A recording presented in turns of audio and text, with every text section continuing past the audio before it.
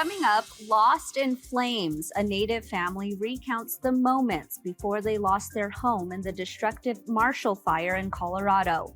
Plus, a Washington gridlock. Is there any way out? Holly Cook-Macaro tells us more. I am Aaliyah Chavez. Join us for those interviews, plus headlines from the ICT Newscast.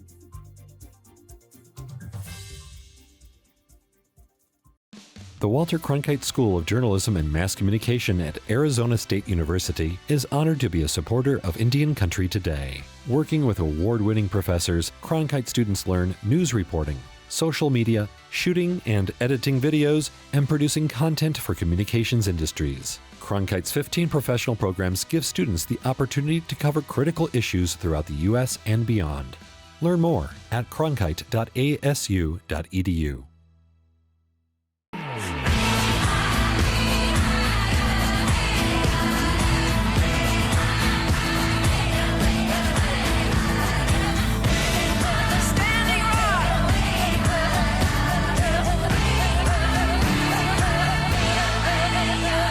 This is the ICT Newscast with Aaliyah Chavez. Thank you for joining the ICT Newscast. 50 years ago, Alaska Native leaders selected parcels of land as part of the Alaska Native Claims Settlement Act. It was not known to them at the time, but some of the lands they chose were contaminated. Now, the state of Alaska has plans to sue the federal government over the polluted area. The sites are home to former military installations dating back to the Cold War and World War II. Some of them included a chemical weapons dump and abandoned buildings that were filled with lead and asbestos. Kim Reitmeyer is the executive director of the ANCSA Regional Association. She told Alaska Public Media, quote, "Despite the federal government's own reports on this contamination and our repeated requests for something to be done, it has been 50 years of inaction." The state of Alaska filed 548 notices of intent to sue in mid-December for all of the sites they identified. An official of the Biden administration is renewing calls to provide high-speed internet to Native households. The November infrastructure bill includes $2 billion for tribal broadband grants. When this legislation became law, it doubled the current funding available for the Commerce Department's Tribal Broadband Connectivity Program. But now, officials say, the program has received over $5 billion in funding requests. Don Graves is the U.S. Deputy Secretary of Commerce. He sat down with ICT on Tuesday to say tribal communities will not be left out.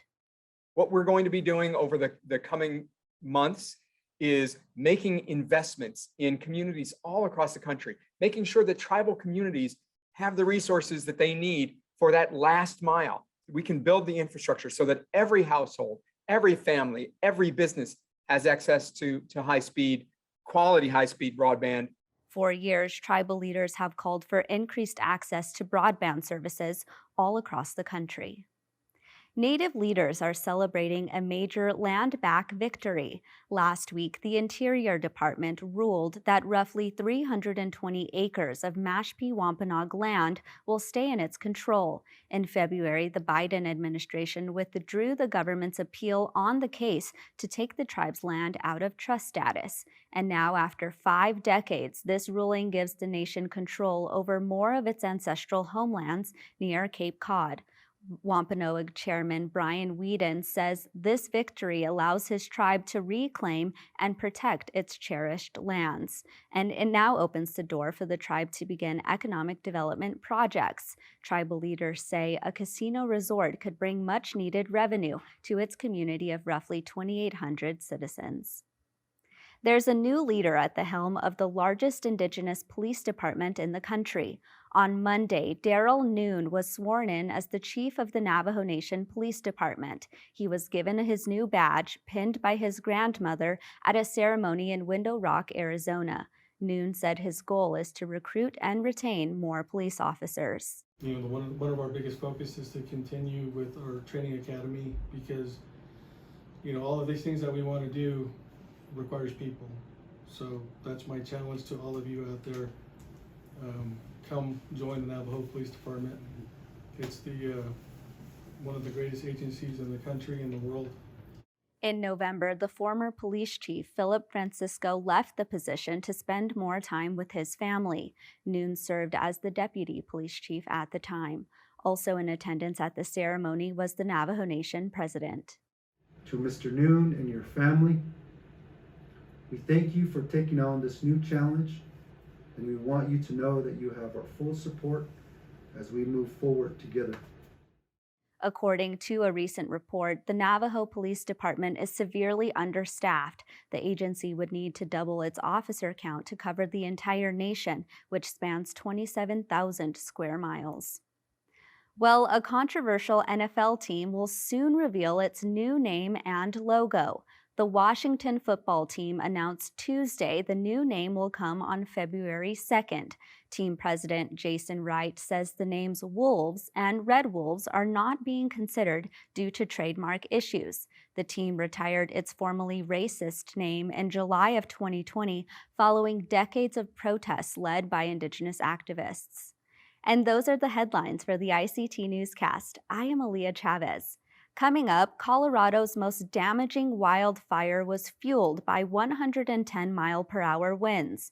A Native family shares their story. Plus, a Washington update with Holly Cook-Macaro.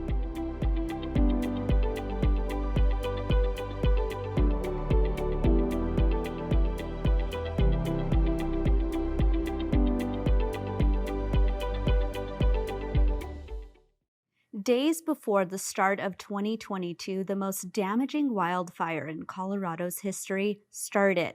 Fueled by hurricane-force winds, the Marshall Fire destroyed and damaged more than 1,000 homes over the course of hours. 2 people are currently missing, and investigations are underway to find out what started the fires. In the suburb of Louisville near Boulder, Ime and her husband, Gary Salazar, built their home. Unfortunately, they lost their home in the fire. And Ime joins us now to discuss what happened. Ime, welcome to the ICT Newscast. Thank you. So I want to start with sort of revisiting what happened. When you woke up on December 30th, what was the weather like? What was everything like? And, what quickly unfolded after that? Well, I woke up to a beautiful morning and greeted by a family of deer because prior to getting into back to our home, our family had been tested with COVID. So we isolated at our homestead home that my husband's family owns in Aguilar, Colorado, and we stayed there isolated for 6 days. And we knew that the big storm was coming into Boulder. So we packed up early and greeted the sun and saw those beautiful deer. And I had sent a photo out to my family and said our visitors were saying, we'll talk to our visitors later. So we're on our way home. So we just as we got into Boulder, coming into Louisville, coming into the highway, I saw this big cloud storm or this dust storm. And I'm like, oh no, here comes the wind. So we are coming into a hill into Louisville, and we get off the exit. When we get into our division, there is trash cans, 110-mile-per-hour gusts, big gusts of wind. There are trash cans flying all over. Trash is flying all over the neighborhood. All the neighbors were out running after everybody's trash, and we just got home, and I got out of the car, and I told my daughter and my husband, I said, we need to get inside. This is wild. And we walked inside. My daughter was just coming out of the front door because she was dropping off chicken noodle soup and making sure the house was okay for us because, we were still going to go back home to finish out our quarantine and stay home. And we walked in, and within 5 to 10 minutes later, my youngest daughter said, Mama, she says, the sky is orange. She said, what's happening? We walked outside, and we saw this big explosive cloud, and the smoke was flying in the air, and it was right in front of the sun. So everything started to turn like this fire orange sky. And my husband's like, oh no, it looks like where our friend's home is. So he went around the corner. He drove out to try to see where this is coming from. And I did the same and I went the opposite direction. When I saw the blazing fire racing across the grasslands on the opposite side of the highway, I was thinking, this isn't good. This isn't good. We're going to have to evacuate. And with all those winds, we got back home. That was like within 15 minutes. Told my daughter, get things for a couple of days. We're going to get out of here. We're not going to be able to. This is not good. So we just basically had got back from the time we were away, and we had just put our bags by the door and put them right back in the car, grabbed a few little things we could, because when you looked outside, you could see people racing to their cars. You could see smoke coming past, rolling in. Ashes were already around and embers were already flying around our area. And it was getting dark. And so my daughter was, Mama, please, we got to go. We got to go. And my husband was looking for, he was getting his things. And I just turned around and it was the strangest feeling. I guess I felt like we were in slow motion, or things I don't know. It was so quick. And I looked around my home and I looked around everything. I told the home, be strong. We'll be back. Don't worry. You've been taking care of us. We'll be back. And so I looked at my pottery that my grandmother had provided for us, and I left everything. So we went out the door, and as we got right around the corner to the main street, there's people. Nobody had been evacuated. There was no alerts. There was no text. There was nothing on the television. It was too quick. And we just went to the edge of the corner of the stop sign waiting for people. The people were already all over. They had already shut down one of the roads, and we couldn't see anything. It was just black smoke, and we took off. And I just snaked through the whole city, the little of Louisville, to get as far away as we could. And we we were already being sandwiched in. We saw the fire across the street, and the fire already in a field by the rec center that we lived by, and we were already being sandwiched by the fire. We took off and got to my daughter's home. And my husband had followed a few minutes after me in his truck, his work truck. And he said when he walked outside, the neighbors were still standing. The neighbors were still standing in their driveways or in the middle of the street looking up at the sky. He said, you could just see the terror in their eyes. And nobody was, it's like we just moved. Nobody told us. We just want to say to everybody, when you're in situations like that, just use your instincts. I think we become too programmed to wait for people or be told what to do, but you just have to leave your home and you just have to do what you need to do. And that's what we did. We took off, and I think that's all you can do. There's nothing you can do with that. You have to just leave. I could see as you were talking, how hard it is to think back to what happened. And I thank you for, sharing your story with us, because I think all around Indian country, we have heard about these fires, and to know that a Native family, that has grown up just like us, has experienced something like this, I think will resonate in a lot of people's hearts. And many blessings and prayers go out to you in this really hard time. I want to talk and sort of think back to the first time that you saw your home. I understand that, after these fires started, a lot of people weren't actually able to go back to their properties until days later. Is that what happened for you? What happened for us is, we had to accept the reality of that our home was lost. We were in denial, but we started seeing videos. And of course, the first thing we want to do is go back to see what, really see this evidence. And we couldn't. They had basically were not allowing people back in. But that afternoon, early in the morning, one of our friends was able, on his own, he was compelled to go there to try to help or do something. We have a strong, tight-knit community in Boulder and the area he felt just compelled, and he went in and he took some photos for us. And then he said, would you like me to send this? And he did. And we saw what had happened. It was so hard. So we went back later that afternoon, right before the snow started. And we were able, just for a brief moment, because it is a dangerous zone. Uh, there's live wires, possibly the things are still hot. There was still some smoldering. But it was just unbelievable. It was like a war zone on the whole division on top of the hill as we're coming in. You look over here to the left and you're like, oh my God, those houses are gone. You could almost see to the other end of the bottom of the street, which you could not before because there were houses. There was a division. You look to the right of you, there was a whole nother division of homes burned down. As soon as we came into our drive, I looked at my home and I just couldn't believe it. I said, oh my gosh, no, we just started talking and pointing out, there's where our laundry room was, there's where the fireplace, there's our door, oh my gosh. And we looked at the home and, I needed to go back because I needed to thank the home and do the right things for the house. It took care of us. It protected us. It took care of our family for 20 years. And I offered things that we do for our people or do for our homes.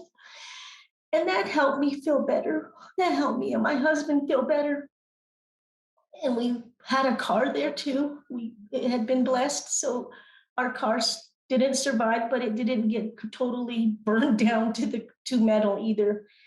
And that's all we could do. And that brought me some peace, and that brought me and our family some kind of a closure, in a sense, to thank the home and to pray to the home.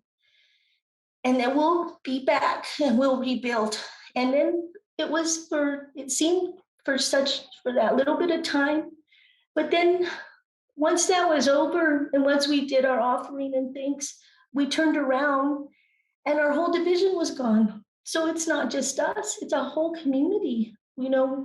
It's devastated. It looks like a war zone, and we're in some strange times with this climate change. December 30th, and we have 110-degree gusts, and it's 56 degrees. It's dry.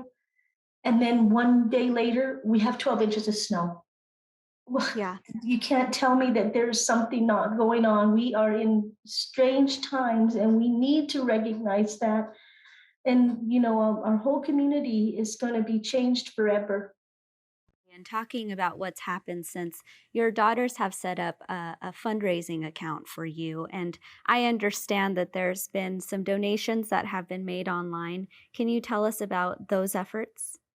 The major organizations have reached out to us, Native American Rights Fund, and a lot of the community members that work at NARF have set up a donation place for us to get our immediate needs and our toiletries and whatnot together. So there's been so much people, and we're just trying to put the pieces together and start to, come together as a family to help each other out. And that's what the girls have done. They've taken leads on different things. We're like the GoFundMe.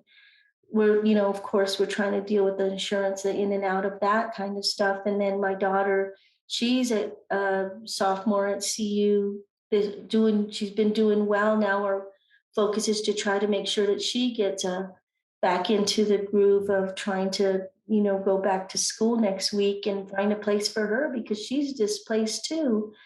And try to get her on campus or something near campus. But all of our girls, we serve the Indian community in various forms of the community. So all of those places have come to help us in any way that we can. And I've been mentoring youth for over 20 years with the American Indian Youth Leadership Institute for all the high school students, for leadership development, as part of my community efforts. And my daughter works for the Center for Native American Indigenous Studies at CU, and my other daughter works at the New Mexico State of American Indian Affairs for the state of New Mexico, and all the tribes and her groups have come together. That's so wonderful to hear that all of the communities that you've been a part of are coming together to help you. Thank you for sharing your story with us, and we appreciate it so much. Thank you for having me. Thank you all for all our prayers and for all of our community. We're hurting and we're going to get through it together. And we can't do it without all your support and your kind, generous hearts. Thank you so much. Thank you to Tamayan. Thank you to Taos people for all of your concerns and all of our relatives and all across the country. Thank you. And we'll be right back.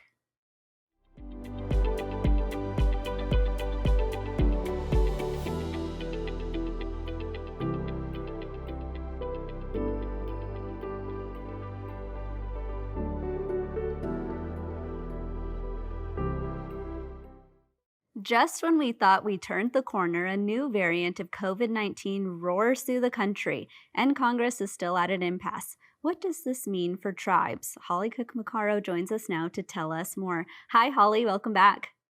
Thank you, Aaliyah. It's good to see you. So let's talk about this. There's a divided Congress. It feels like we're at a gridlock. What are you saying about that? Well, I think we are at a one-man gridlock at the moment, with all eyes, again, as it has been throughout the majority of this Congress, on Senator Joe Manchin of West Virginia and his position on a number of things that are in front of Majority Leader Chuck Schumer that are on the agenda from the Build Back Better Act. While I think we all saw right in December, Senator Manchin kind of torpedoed the path for that bill, and now Senate Democrats are scrambling to find a path forward with Senator Manchin on that bill. We also have the big question of the filibuster out there. And Senator Joe Manchin and Kyrsten Sinema of Arizona have been key votes on that. And Senator Manchin in particular has said that he would, he's kind of beginning to parse as they, as he feels the pressure, I think, on things like the Voting Rights Act as we approach the anniversary of the January 6th insurrection and violence at the Capitol. And so he has said, I would accept I would support eliminating the cloture vote on a motion to proceed, which is just some really arcane legislative language there saying, I want to get rid of the filibuster on that cloture vote. I just want to get more bills to the floor to debate.